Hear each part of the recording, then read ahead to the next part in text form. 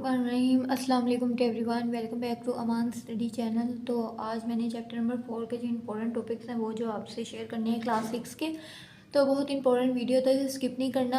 आप देखेंगे, आपको कोई भी कन्फ्यूजन वगैरह हो तो आपने कमेंट करना है, और इस तरह की ताकि आपको डिफरेंट वीडियोस मिलती रहे तो आपने मेरे अमान स्टडी चैनल को तरह सब्सक्राइब करना है।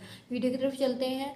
ह्यूमन डाइजेस्टिव सिस्टम के बारे में है कि जो इंसानी जिस्म है वो किस तरह उसके जो हज़म करने का डाइजेस्ट करने का जो निज़ाम है वो किस किस प्रोसीजर से गुजरता है। तो फर्स्ट हम लोग पढ़ेंगे ह्यूमन डाइजेस्टिव सिस्टम जो है मुश्तमिल है एक लॉन्ग ट्यूब पे, जिसे हम लोग एलिमेंट्री कैनाल भी कहते हैं और डाइजेस्टिव ग्लैंड भी कहते हैं। ह्यूमन डाइजेस्टिव सिस्टम कंसिस्ट है एक लॉन्ग ट्यूब पे। तो ये एमसीक्यू हिसाब से इंपॉर्टेंट पूछा जा सकता है कि ह्यूमन डाइजेस्टिव सिस्टम कंसिस्ट किस में है, लॉन्ग ट्यूब पे। साथ से एमसीक्यू भी हम शेयर करेंगे, और उसे एलिमेंट्री कैनाल भी कहा जाता है और डाइजेस्टिव ग्लैंड भी कहते हैं। फर्स्ट उन्होंने बताया है एलिमेंट्री कैनाल क्या होता है। एलिमेंट्री कैनाल जो है एक लॉन्ग ट्यूब है। किसकी तरह एलिमेंट्री कैनाल है, ऊपर बात डिस्कस कर। एलिमेंट्री कैनाल एक लॉन्ग ट्यूब है पूरे जिस्म के अंदर। ये शुरुआत में माउथ के शुरुआत में जो स्टार्ट होता है मुंह का, ये माउथ, ये एलिमेंट्री कैनाल जो यहाँ से स्टार्ट होती है and the end of the anus, ये यहाँ जाके इसका एंड होता है। आपको मैं बता रही हूँ साथ साथ एट द डिफरेंट, यानी मुख्तलिफ इसके रीजन बने हुए हैं एलिमेंट्री कैनाल के। एलिमेंट्री कैनाल की जो शेप्ड है वो स्पेसिफिक एक खास इसके साथ है ऑर्गन है, और ये परफॉर्म क्या करते हैं, एक खास फंक्शन को, स्पेसिफिक फंक्शन जो परफॉर्म करते हैं। उसका ये जो ऑर्गन्स हैं इनकी जो ओरल कैविटी है, ओसोफेगस जैसे हो गया, स्टमक हो गया, स्मॉल इंटेस्टाइन और लार्ज इंटेस्टाइन, ये सारे ऑर्गन्स किस में आ जाते हैं, एलिमेंट्री कैनाल के साथ ये फंक्शन सारे जो हैं वो अटैच हैं। उसके बाद हम लोगों ने पढ़ने हैं ओरल कैविटी किसे कहते हैं। माउथ जो उन्होंने कहा है वो लीड करता है, किससे लीड करता है, इनटू ओरल कैविटी के साथ। इसमें ओरल कैविटी की रहनुमाई कौन करता है, माउथ की रहनुमाई करते हैं ओरल कैविटी। ओरल कैविटी जैसे सारे हमारे दांत हैं जिनसे हम खाते हैं। In the oral cavity there are present, की इसकी 4 टाइप्स हैं, जो incisor, canines, premolar, molars and molars.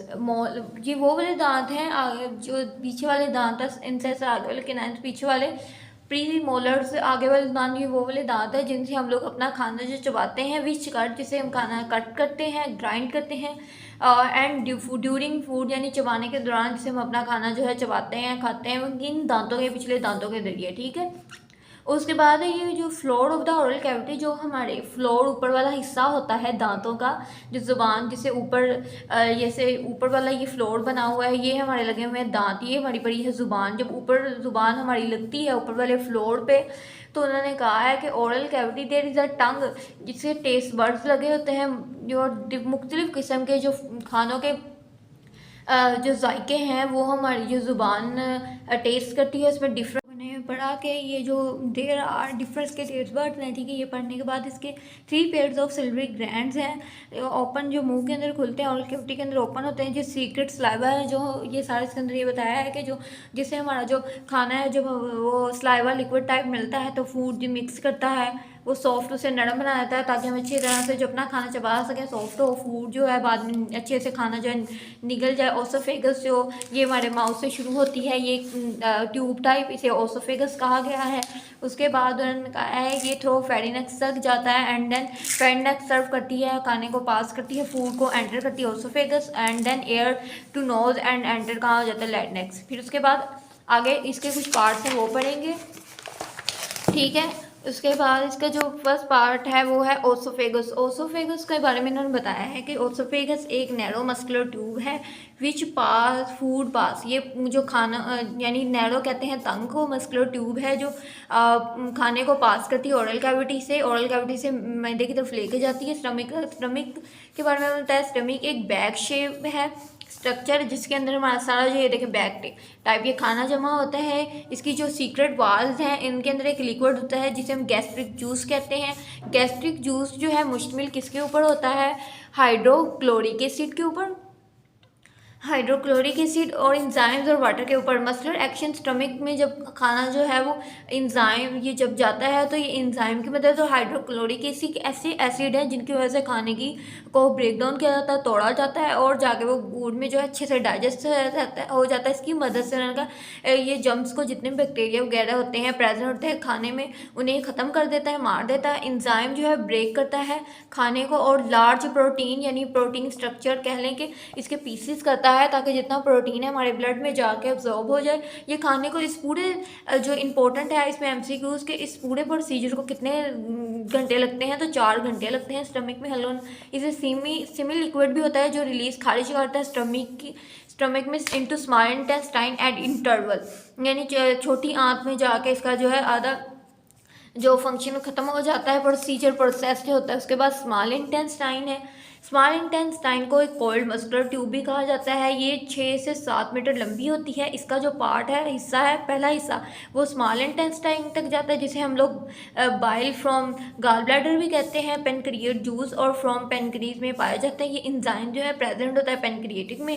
ये जूस कंप्लीट क्या करता है, डाइजेशन करता है, हजम करता है स्मॉल इंटेस्टाइन तक जाने के अंदर। इसका सेकेंड पार्ट जो है स्मॉल इंटेस्टाइन का वो मिलियन टिनी फिंगर्स यानी मिलियन फिंगर्स को मिला के टीनी जितनी छोटी छोटी फिंगर लाइक प्रोजेक्शन होता है, जिसे हम लोग विलाई कहते हैं। विलाई उन्होंने यहाँ बताया होगा, ये इस टाइप की बनी होती हैं। मिलियन फिंगर्स लाइक उन्होंने टीनी जो छोटी छोटी जो फिंगर्स होती है उसके जितना बना होता है। ये ब्लड में जाके ऑब्जॉर्ब हो जाता है। ब्लड वेसल जो डाइजेस्ट करते हैं। Each villus contains tiny blood vessels, यानी ब्लड वेसल्स में ये कॉन्टेन मशीन पाई जाती हैं। ये डाइजेशन जो फूड जो है ऑब्जॉर्व करता है किसके ज़रिए, जो विलाई की वाल्स हैं उसके ज़रिए स्मॉल इंटेस्टाइन में पाई जाती हैं। और पास किस में होता है, ब्लड स्ट्रीम। ये जो अनडाइजेशन फूड है जो मेजम नहीं होता, उसके पार्टिकल जो पास थ्रो किसके अंदर, लार्ज इंटेस्टाइन में चल जाते हैं एंड देन से वो रिलीज हो जाते हैं। जो डाइजेस्ट नहीं होते वो लार्ज इंटेस्टाइन में खुराक के जो पार्टिकल्स हैं वो चले जाते हैं जो हजम नहीं होते। लार्ज इंटेस्टाइन उन्होंने कहा है कुछ वाटर और कुछ मिनरल्स जो नमकियात वगैरह को ऑब्जॉर्व करता है। लार्ज इंटेस्टाइन का फंक्शन ये है ब्लड के थ्रू। और ये लार्ज इंटेस्टाइन की जो वाल्स है इसमें ये होता है कि जितना भी वेस्ट जो ज़ाया जो गंदा मादा बच चुका है वो रेक्टम फीसिस कहते हैं। आपको पता है किसी कहते हैं, फीसिस कहते हैं। जो लार्ज इंटेस्टाइन के बाद रिलीज हो जाता है गंदे मादे को कहते हैं, which are expelled out through the anus से जो बाहर आ जाता है।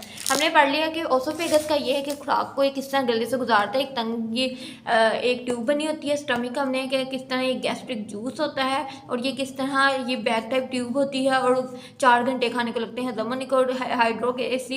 हाइड्रोक्लोरिक एसिड और एंजाइम जो है मिलकर इस खाने को तोड़फोड़ करते हैं। स्मॉल इंटेस्टाइन का ये फंक्शन है कि ये किस तरह डाइजेस्ट करती है। और बाकी जो इसके अंदर विलाई होती है, जो टीनी ब्लड वेसल्स होता है, उसके लार्ज इंटेस्टाइन जितने भी जो मादा होता है, वेस्ट मटीरियल होता है, वो लार्ज इंटेस्टाइन में चल जाता है। वो जितना गंदा मादा होता है उसे डाइजेस्ट होने के बाद वो एनएस से बाहर आ जाता है। उसके बाद डाइजेस्टिव ग्लैंड्स हम लोग पढ़ेंगे। आज के लिए इतना ही मैंने आपको समझाया है ताकि आपको अच्छे से समझ आ जाए। अगर कोई भी कंफ्यूजन वगैरह हो तो आप लोग कमेंट्स में पूछ सकते हैं। सो यार डिटेल में बता दिया। उसके बाद नेक्स्ट हम इंपॉर्टेंट क्वेश्चन कर रहे हैं, इसमें बहुत से MCQs बनते हैं तो आप लोगों ने देख लें, रीड कर लें। सो अगर आपको मेरी वीडियो अच्छी लगी मेरी वीडियो को लाइक करें, शेयर करें, मानसरी चैनल से ज़्यादा सब्सक्राइब करें। So keep supporting, keep loving, lots of love and love.